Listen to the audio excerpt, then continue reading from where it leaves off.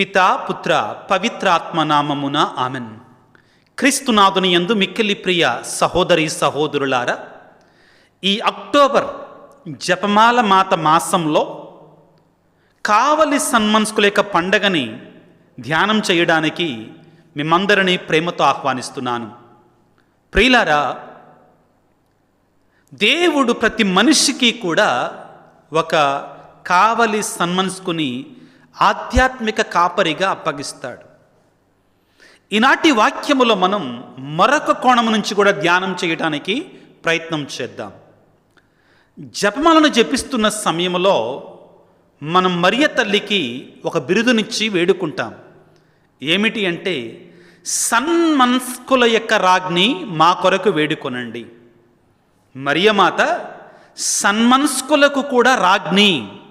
కారణం, ఆ మరియ తల్లిని తన కుమారుడైన యేసు ప్రభు పరలోక తండ్రి పరిశుద్ధాత్మ దేవుడు పరలోక భూలోక పాతాళ లోకాలకి కూడా రాజ్ఞిగా నియమించారు. కాబట్టి వాక్యాన్ని చదువుకుని ముందుకు వెళ్ళటానికి ప్రయత్నం చేద్దాం. మత్తయి శుభవార్త 18వ అధ్యాయము 10వ వచనము.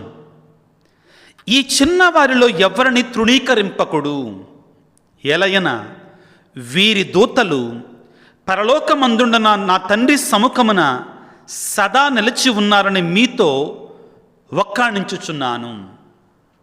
ప్రభు ఏమంటున్నాడు వాక్యములో? ఈ చిన్నవారిని ఎవరిని తృణీకరింపకుడు, వారి దూతలు పరలోకమందున నా తండ్రి సమక్షములో వారి కొరకే సదా ప్రార్థన చేస్తున్నారు. ఇక్కడ చిన్నవారు అంటే ఎవరు? మీకు చాలాసార్లు చెప్పాను. పరిశుద్ధ బైబిల్ గ్రంథములో ఈయన చిన్నవారిలో ఏ ఒక్కనికైనా మీరు ఒక గ్లాసుడు నీళ్ళు ఇచ్చినా అంటే తన బిడ్డలు, తన సేవకులు. కాబట్టి దేవుడు ప్రతి వ్యక్తికి కూడా ఒక సన్మనస్కుని కాపరిగా ఇస్తాడు. వారినే కావలి సన్మనస్కులు అంటారు.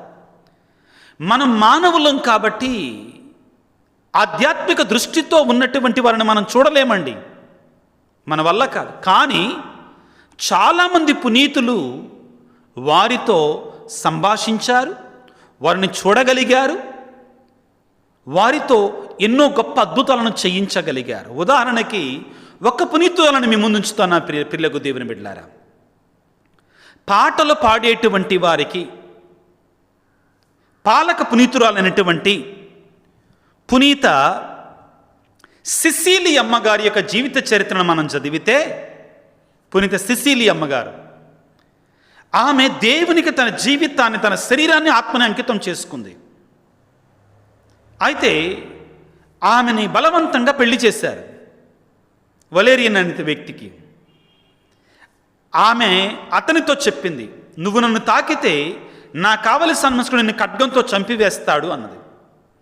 అతడు అన్నాడు, నాకొకసారి నీ కావలి సన్మనస్కుడిని చూపించు, నీ జోలికి రాను అన్నాడు మంచితనంగా. అప్పుడు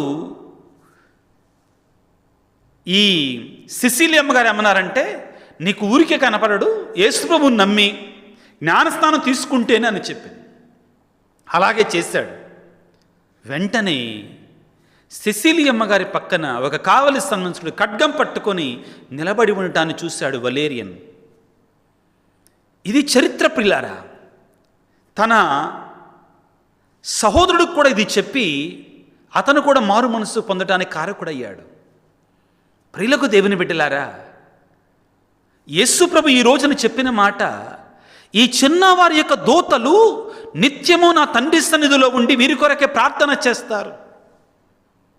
మీరందరూ చూసే ఉంటారు, ఇద్దరు చిన్న పిల్లలు అలా వెళుతూ ఉంటారు. మధ్యలో ఒక కట్టెల వంతెన ఉంటుంది. ఆ కట్టెల మధ్యలో కొన్ని కట్టెలు ఇరిగిపోయి ఉంటాయి. వెనక నుండి ఒక దూత వారిని కాపాడుతూ ఉంటుంది తన రెక్కలతో.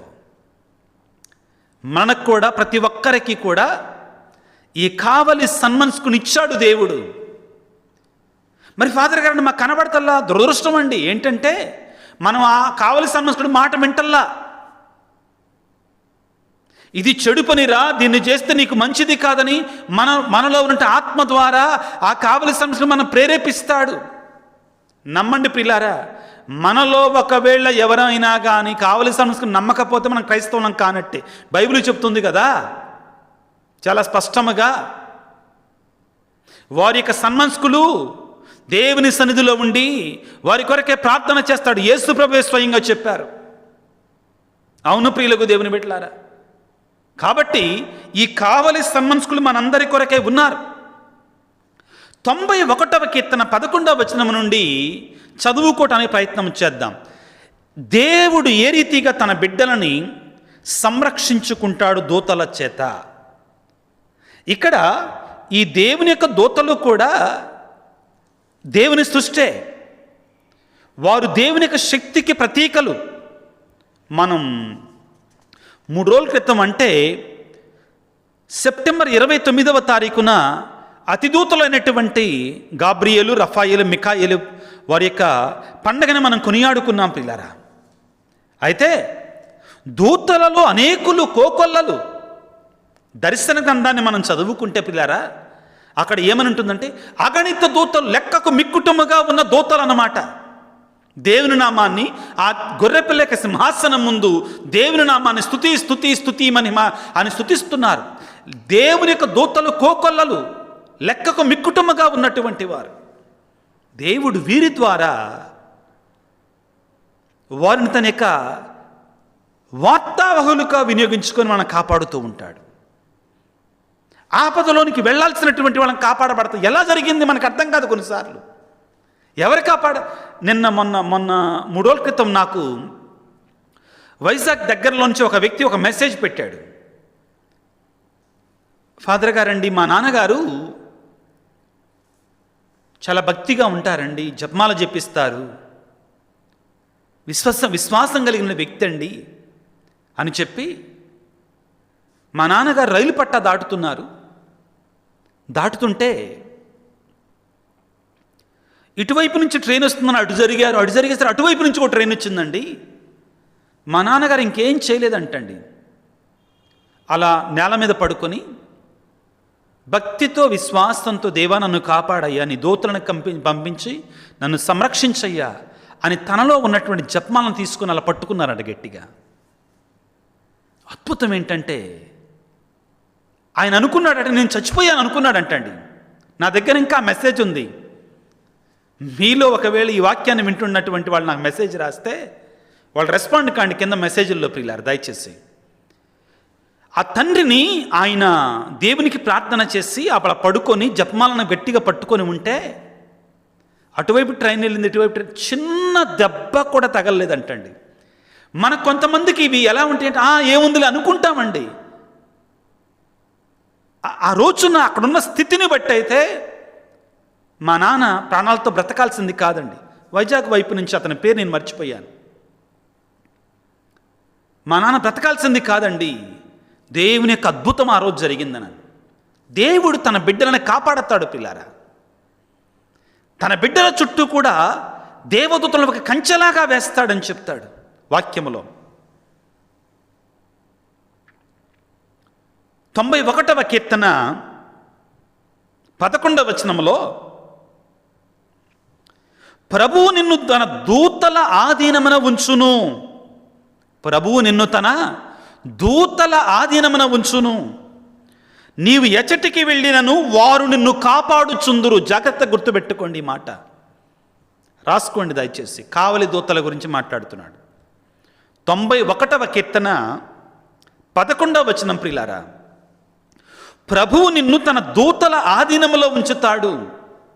నీవు ఎచ్చటికి వెళ్ళిన వారు అంటే ఎవరు? ఆ కావలి దూతలు నిన్ను కాపాడుచుందురు, నిన్ను విడిచిపెట్టరు. ఇంతకుముందు ఏమని చదువుకున్నాం? మత్తయి శుభవార్త 18వ అధ్యాయంలో దేవుడు యేసుప్రభు అంటున్నాడు, మీ దూతలు దేవుని సన్నిధిలో మీ కొరకై దేవారాత్రములు ప్రార్థన చేస్తారు.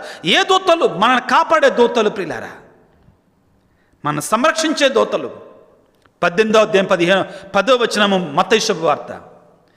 ఈ చిన్నవారిలో ఎవరిని తృణీకరింపకుడు, ఎలయన వీరి దూతలు పరలోకమందున నా తండ్రి సముఖమున సదా నిలిచి ఉన్నారని మీతో వక్కాణించుచున్నాను.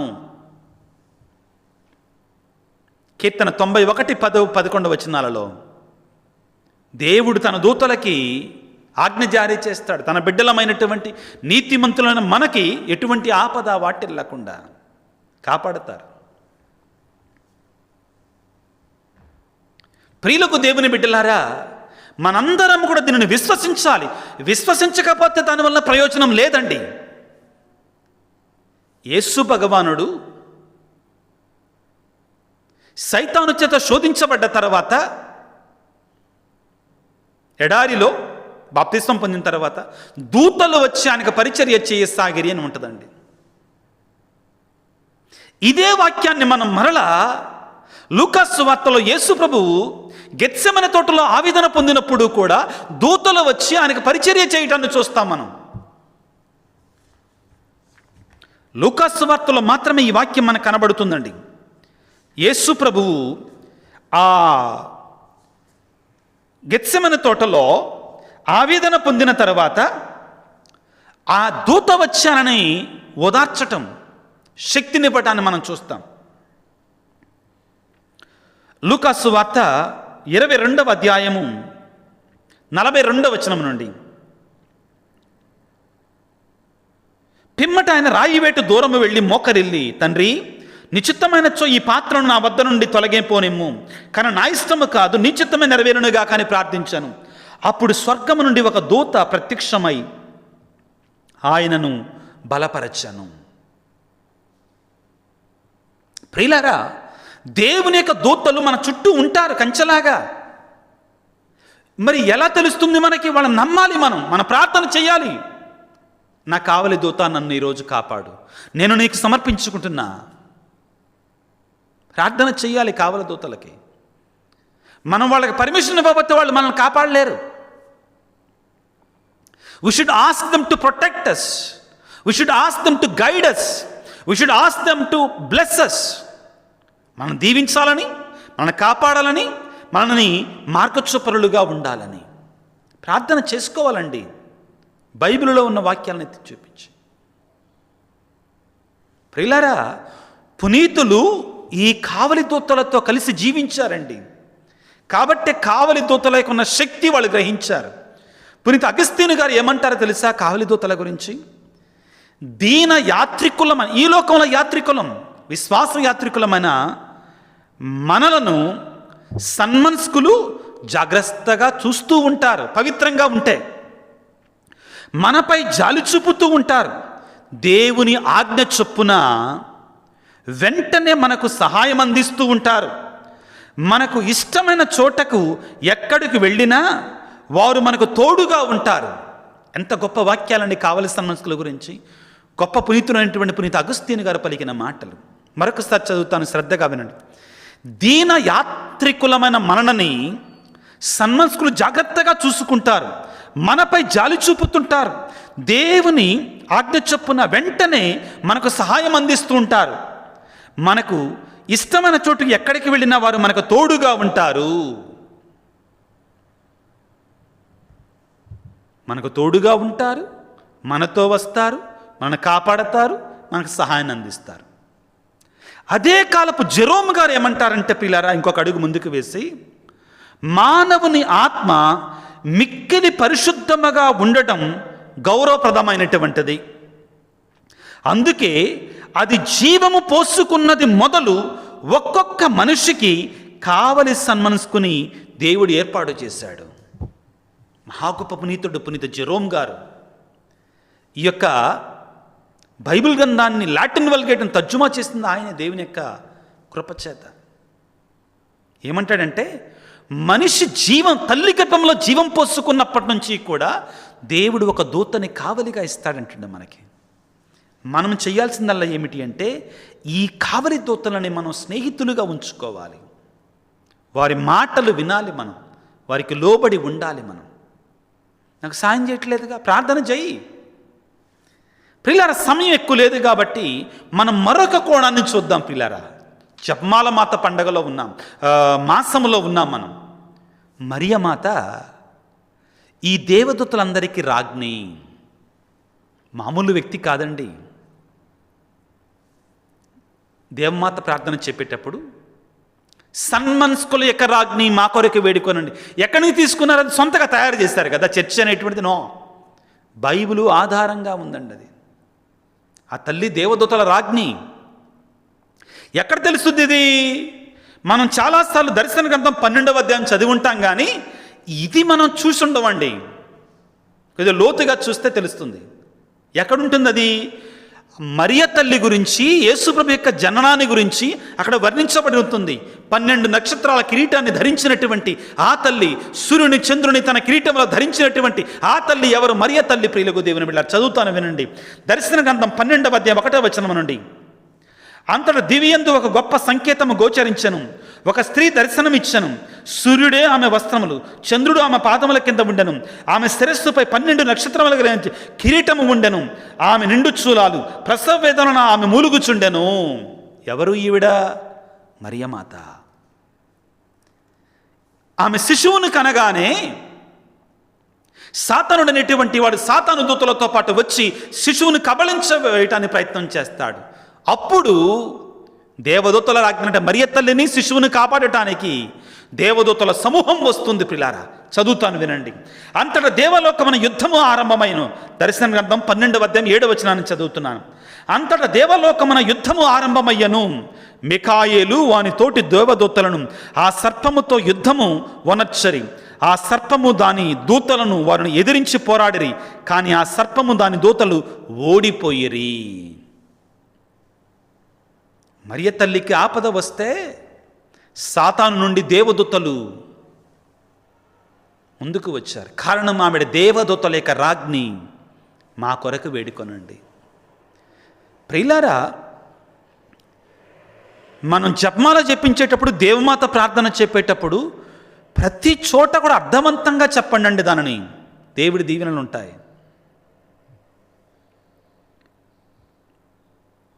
ఆ తర్వాత వాక్యాన్ని ముందుకు చదువుకుంటూ వెళ్ళండి. ఏ రీతిగా ఈ దేవదూతలు భూలోకానికి నెట్టారు.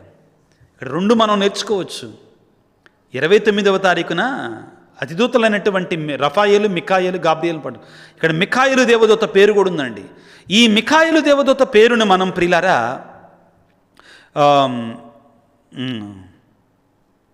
దానియేలు గ్రంథంలో కూడా చూస్తామండి. కొన్ని చోట్ల చూస్తాం. మిఖాయేలు చాలా పుస్తకాల్లో ఉంటారు. గాబ్రియేలు మాత్రం దానియేలు గ్రంథము, లూకాసు వార్తలో మనం చూస్తాం. రఫాయేలు దేవదూతని మనం తోబితు గ్రంథంలో చదువుకుంటాం. అయితే ప్రియులారా, మరియమాత దేవదూతల యొక్క రాజ్ఞి. ఆమె శక్తిపరురాలు, మహాశక్తివంతురాలు. దేవుడు ఆమెని పరలోక భూలోకాలకు రాజ్ఞిగా చేశాడు కదా. ఇంకా ఆమె రాణి కాంది దేనికి? దేవదూతలకు కూడా రాణి ఆమెడే. ఇక్కడ వాక్యాన్ని మీరు జాగ్రత్తగా దర్శన గ్రంథం 12వ అధ్యాయం 1 నుంచి 9 వరకు చదవండి. చాలా స్పష్టంగా అర్థమవుతుంది. ఈనాడు వేడుకుందాం ఆ మరియ తల్లి దేవదూతల యొక్క రాజ్ఞి సహకారము ద్వారా మనకు కావలసిన సన్మనస్కులు మనందరికీ తోడుగా ఉండాలని, ఆపదలో మనల్ని కాచి కాపాడమని, దేవుని బిడ్డలుగా మనం నడిపించమని, మనకు మార్గచూపరులుగా ఉండమని,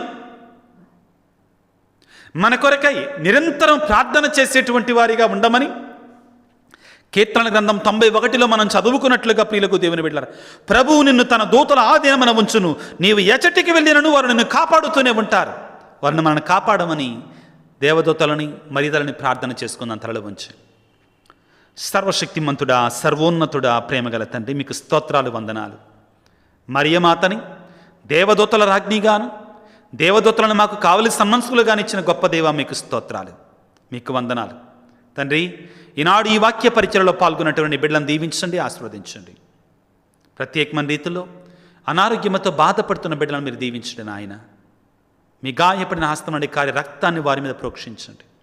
ఈ క్షణంలో ప్రార్థన చేస్తూ ఉండగా వేదనాపూరితమైన భయంకరమైన వ్యాధుల్లో ఉన్నటువంటి వారికి పరిపూర్ణమైన స్వస్థతని క్షణంలో ప్రసాదించండి తండ్రి. నమ్ముట నీవలనైతే నమ్మువానికి సమస్తము సాధ్యమే అని పలికావు. నేను నమ్ముచున్నాను తండ్రి. నీ బిడ్డల విశ్వాసాన్ని, నమ్మకాన్ని బలపరచండి. నువ్వు స్వస్థపరచువాడవు. ఇదిగో అలనాడు రఫాయేలు దేవదూత నేస్తమా అజరియా రూపములో గ్రుడ్డివాడినటువంటి తోబీతు యొక్క కనులు తెరిపించాడు. స్వస్థపరచువాడు రఫాయేలు దేవదూత. గాబ్రియేలు అనగా స్వస్థపరచువాడు అని అర్థం. నీ దూతల ద్వారా మమ్మ స్వస్థపరచు ప్రభువా. సాతాను శక్తుల చేత పీడించబడుతున్న కుటుంబాల కొరకు ఈరోజు ప్రత్యేకంగా ప్రార్థన చేస్తున్నాను. మిఖాయేలు దేవదూత సాతానులకు అతి భయంకరుడు ప్రభువా, నీవే నియమించావు. ఆ మిఖాయేలు దేవదూతను ప్రభువా నీ బిడ్డల కుటుంబాలకు పంపించి సాతానును పారద్రోలండి తండ్రి. నీ శుభవర్తమానాన్ని అందించు గబ్రియేలు సన్మనస్కుడు. నీ యొక్క దీవెనలనే వార్తను మాకు అందించండి నాయన, కృపను ప్రసాదించండి. అమ్మా తల్లి మరియమాత, ఈ దూతలన్నిటికీ కూడా మీరే రాజ్ఞి రాణి. మా కొరకే ప్రార్థించమ్మా. మేము ఆపదలలో ఉన్నప్పుడు ఆ దూతలను పురమాయించి మమ్ము కాపాడమని, ముఖ్యంగా ఈ రోజున మరొక్కసారి ఈ పరిచర్య కొరకే సహాయపడుతున్నటువంటి వారికి నేను ప్రార్థన చేస్తానని వాగ్దానం చేశాను. ఎవరైతే ఈ పరిచర్యలో ఆర్థిక పరంగా సహాయాన్ని అందిస్తున్నారో వారందరిని ప్రత్యేకమైన రీతిలో దీవించమని, వారు చేస్తున్న సహాయానికి 30ంతలుగా 60ంతలు 100ంతలుగా వారికి ప్రతిఫలాన్ని దయచేయమని మా ప్రభు అయిన క్రీస్తు ద్వారా వేడుకొనుచున్నాము తండ్రి, ఆమెన్. ప్రభువు మీతో ఉందురుగాక, మీ ఆత్మతో ఉందురుగాక. సర్వశక్తిగల సర్వేశ్వరుడు పిత పుత్ర పవిత్ర ఆత్మ మిమ్మందరిని చల్లగా దీవించి ఆశీర్వదించి కాపాడుదురుగాక. God bless you. దేవుడిని దీవించుగాక. ఆమెన్.